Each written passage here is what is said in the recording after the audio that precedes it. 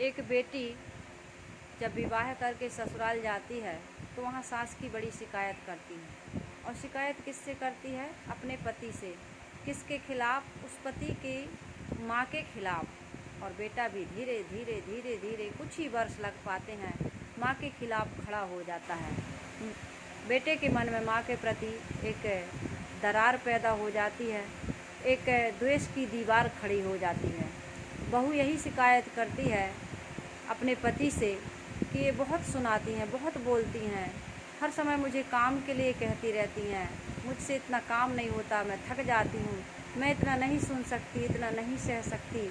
उस बेटे को और उस बहू को यह समझना चाहिए कि उसकी जब तक जवानी थी, माँ की, सास की जब तक जवानी थी, तब तक उसने बहुत श्रम किया, बहुत कमाया और इतनी संपत्ति जोड़ करके तुम्हें मालकिन बना दिया। आज वो कमा नहीं सकती, शरीर नहीं चलता, लेकिन उसकी ज़ुबान चलती है।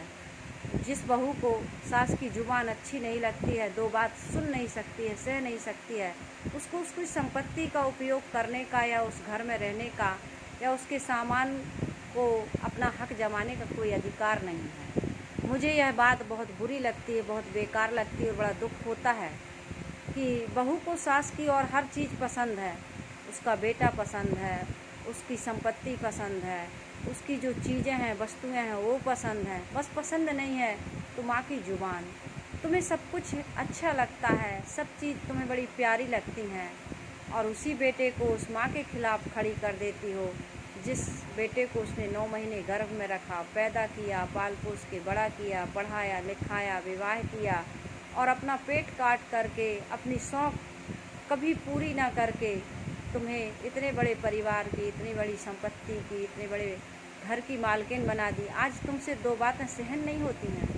बड़ी विचारने की बात है। वह बेटा भी महा निर्लज्ज और मूर्ख है जो बहू की ऐसी, अपनी पत्नी की ऐसी शिकायत पर अपनी माँ के लिए अपने मन में द्वेष रखता है। शर्म की बात है। आप आज जो कमा रहे हैं, कल आपके बच्चे आपको कुछ सुनाएंगे और संपत्ति ले लेंगे, तुम्हारी दो बात सुनने को राजी नहीं होंगे, तुम्हें कैसा लगेगा? लेकिन आज आदमी पत्नी के कारण से या परिवार के कारण से या अपने स्वभाव को सुंदर ना बना पाने के कारण से, समझ सही ना होने के कारण से बड़ा दुखी है। तो मेरा निवेदन यह है कि सास को भी समझना चाहिए कि जो कुछ कमाया था, इसका उत्तराधिकारी, इसका वारिस हम स्वयं इस धरती पर लेकर के आए हैं। अब इस संपत्ति को हमने कमाकर उनको सौंप दिया, बेटा को बहू को सौंप दिया और संपत्ति को बहू बेटे दोनों को सौंप दिया। अब इसको बढ़ाएं या घटाएं, सास को ज़्यादा बोलना नहीं चाहिए, लेकिन बहू को भी इतनी समझ रखनी चाहिए कि अब माँ का शरीर नहीं चलता है, माँ की ज़ुबान चलती है और उसकी कमाई हुई संपत्ति है। थोड़ा भी ऊंच नीच होता है तो सास कुछ बोल देती है, तो पति से शिकायत ना करूं और अब मैं उसकी जब संपत्ति खा रही हूँ तो दो बातें सह लूँ और बड़े स्वीकार भाव से सह लूँ, तो शिकायत नहीं होगी, घर में झगड़ा नहीं होगा। नहीं तो संपत्ति खा रहे हो तो सेवा तो करनी पड़ेगी। अब सुन के करो या झगड़ के करो, चुपचाप शांति से प्रेम से रह कर के करो या पड़ोसी को, आसपास के लोगों को झगड़ा सुना करके या शिकायत करके रहो, करना तो पड़ेगा। और जिसको करना पसंद नहीं है तो उस घर से निकल जाए।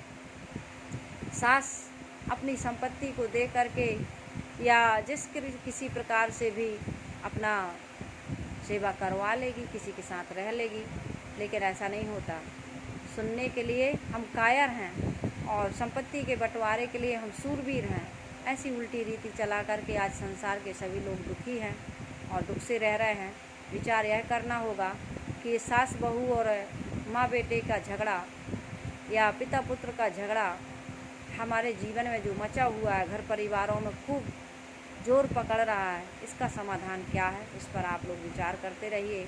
मेरा निवेदन है कि कबीर आश्रम देवरी चैनल शायद किसी कारण से ये यूट्यूब वालों ने इस पर स्ट्राइक कर दी है, तो सुमेधा साहेब शॉर्ट नाम से हमने एक नया चैनल तैयार किया। इस चैनल के आप स्थायी सदस्य बन जाएं और अधिक से अधिक लोगों तक ये सूचना पहुंचाएं और इस वीडियो को शेयर करें।